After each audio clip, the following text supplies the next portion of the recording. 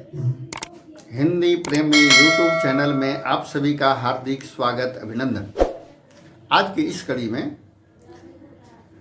हिंदी साहित्य में एकांकी विद्या का विकास इस विषय पर जानने वाले हैं।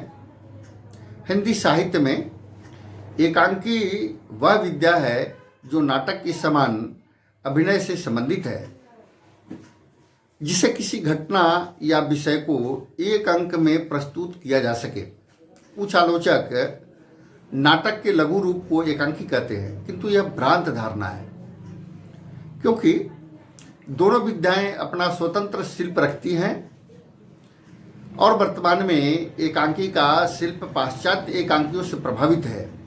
संस्कृत में रूपक एवं उपरूपक के जो अनेक भेद किए गए हैं, उनमें 15 भेद एकांकी से संबंधित है। एक अंक वाली नाट्य कृतियों को वहाँ व्यायोग, प्रहसन, भान, बीथी, नाटिका, इहामृग, रासक, मानिक आदि नामों से पुकारा जाता है, जाना जाता है। किंतु हिंदी एकांकी का संबंध संस्कृत के उक्त एकांकियों से किसी रूप में नहीं जोड़ा जा सकता है, क्योंकि एकांकी वन एक्ट प्ले पश्चिम में अभिनीत किए जाने वाले उन नाटकों को कहा जाता था जिसमें एक अंक में ही कथा समाप्त हो जाती थी, और इसका प्रारंभिक रूप लघु नाटकों जैसा ही था। किंतु कालांतर में शिल्पगत अंतर आने से एकांकी स्वतंत्र विद्या के रूप में विकसित हुआ है। निश्चित रूप में एकांकी का सूत्रपात करने का श्रेय किसे दिया जाए? अनेक विद्वानों का अनेक तरह का मत है। कोई बाबू हरिश्चंद्र का यह मानते हैं कि उनके द्वारा जो लिखा गया, जो वैदिक हिंसा हिंसा न भवति, या अंधेर नगरी विशस्य विषमौषधम, इनको मानने के लिए, लेकिन इनमें कुछ खामियां दिखी जो आज के शिल्प की कसौटी से एकांकी के लिए वह फिट नहीं बैठता है।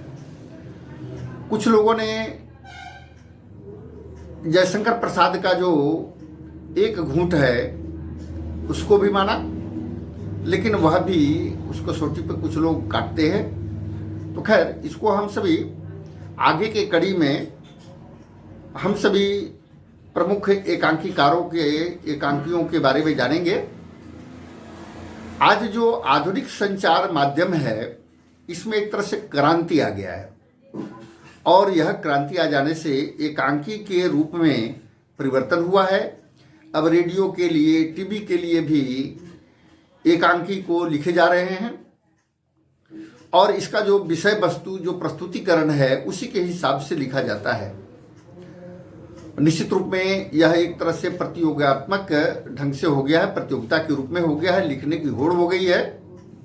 तो इसका एक तरह से स्पर्धात्मक अब एकांकी लिखे जा रहे हैं, और संक्षेप में अंत में यही कहा जा सकता है कि एकांकी का जो है अपार संभावनाएं हैं, और इसका जो हर क्षेत्र में जो विकास हो रहा है एकांकी का, वह बढ़ते चला जा रहा है, और शैलीगत विविधता के कारण यह एक अपना पहचान अलग बनाते चला जा रहा है।